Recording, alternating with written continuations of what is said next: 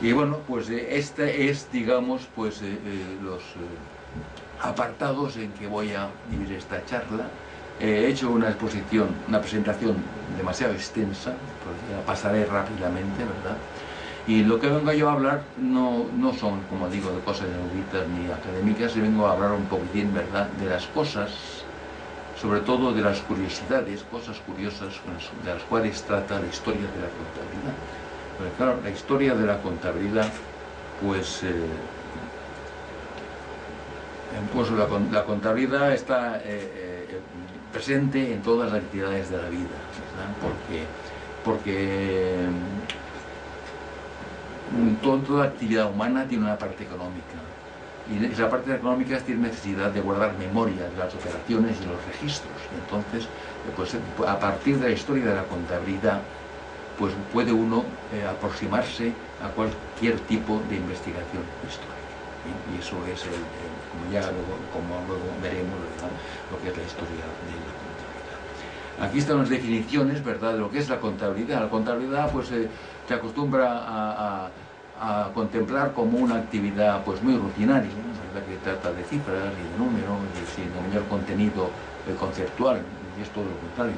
La contabilidad es una disciplina esencialmente conceptual, ¿verdad?, porque interpreta, guarda memoria, ¿verdad?, registra, define, pues, unos conceptos fundamentales de las operaciones económicas y luego las registra formando un conjunto global y cerrado, ¿verdad?, de forma que no se mete nada ahí, o sea, todo está interrelacionado entre sí. Cada magnitud económica que se registra en la contabilidad tiene su razón de ser en función del resto de las operaciones y las magnitudes que se están contemplando, que están registrando. Y además es exacta, porque se puede cuadrar, ese conjunto cerrado y global se cierra y se cuadra, ¿verdad? Y entonces ahí, como una fuente económica, es fundamental. Se diferencia mucho de lo que Marc Bloch decía, ¿verdad?, pues las fuentes voluntarias, que eran las relaciones, que no sabía uno, ¿verdad? El autor de las relaciones, pues ahí metía su deseo de presentar una visión concreta de las cosas que estaban realizando. Bueno, es lo que comentaba antes, ¿verdad?, que desde que el hombre ha necesitado, pues, llevar cuentas, en mayor o menor medida, con mayor o menor complejidad. Pero esa actividad es tan necesaria para el hombre que ahora veremos, ¿verdad?, cómo esa actividad dio origen ya desde la prehistoria a anotaciones y registros contables. Ahí hay que distinguir, ¿verdad?, dos objetivos de la contabilidad. Por un lado, puede que sea una de las primeras funciones que tuvo, era la de ayudar para llevar la cuenta de las cantidades que un agente, ¿verdad?, pues debía al principal o era acreedor del principal. Esa es una de las funciones de la contabilidad, una de las versiones de la contabilidad. Llevar la cuenta, ¿verdad?, de agentes que actúan por cuenta nuestra para poder rendir cuentas al final y saber que si nos debe algo o si lo debemos nosotros. Esto es una función distinta de la de llevar las cuentas para controlar la marcha de nuestro propio negocio. Son dos funciones distintas que se solapan a veces, pero que han dado lugar, ¿verdad?, a dos distintos enfoques de la contabilidad y a dos distintos sistemas y métodos. En el primer caso, ¿verdad?, pues ha dado lugar a lo que se llama cargo y data, que es la contabilidad que lleva fundamentalmente, pues, la contabilidad pública, o sea, la contabilidad de monasterios, la contabilidad pues de señoríos, ¿verdad?, etc. Y por otro lado, la contabilidad que se establece, ¿verdad?, y se desarrolla para seguir la marcha de los propios negocios, pues ha dado lugar a lo largo del tiempo a partir de ahora.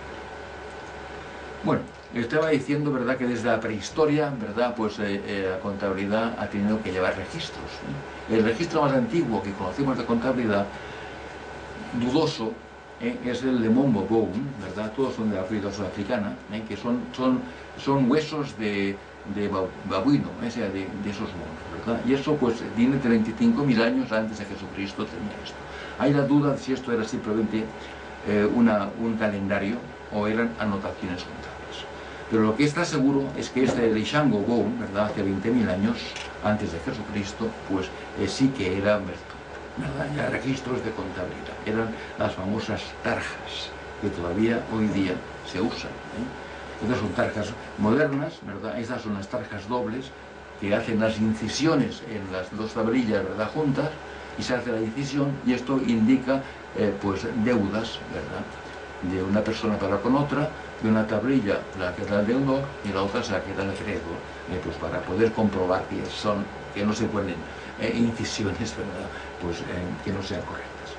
Y estos son unas tarjas que se han empleado hasta muy recientemente, o sea, hace pues 15 o 20 años, en Francia, en las cooperativas queseras, cuando recogían la leche, en lugar de apuntar, ¿verdad?, porque claro, iban con un camión, cogían los carros de leche que estaban al lado de la carretera, que lo entregaba el agricultor o el ganadero, y entonces para no estar escribiendo cosas, pues lo que hacían era pues una marca, ¿verdad?, en una tabla de estas. Bueno, otra cuestión también que en la prehistoria se usó para llevar las cuentas fueron las figurillas de arcilla de Mesopotamia. Esto es muy importante porque eso ha dado lugar, como veremos más adelante, ¿verdad?, a la escritura fonética que hoy día usamos.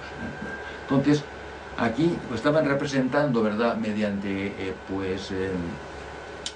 figurillas de arcilla de 2-3 centímetros, ¿verdad?, 1 o 2 centímetros, objetos, que representaban bienes materiales. Y entonces estos objetos, pues había más, ¿verdad?, pues como estos de aquí, por ejemplo, sabemos que el cono y la esfera representaban una pequeña cantidad de grano, de trigo, sería, ¿verdad?, o una gran cantidad de trigo. Luego aquí también vemos que aquí esta, a ver, eso está, ahí no hay. Sí, el círculo de aquí, esta circunferencia de aquí, ¿verdad?, pues con la cruz significaba, ¿verdad?, una oveja.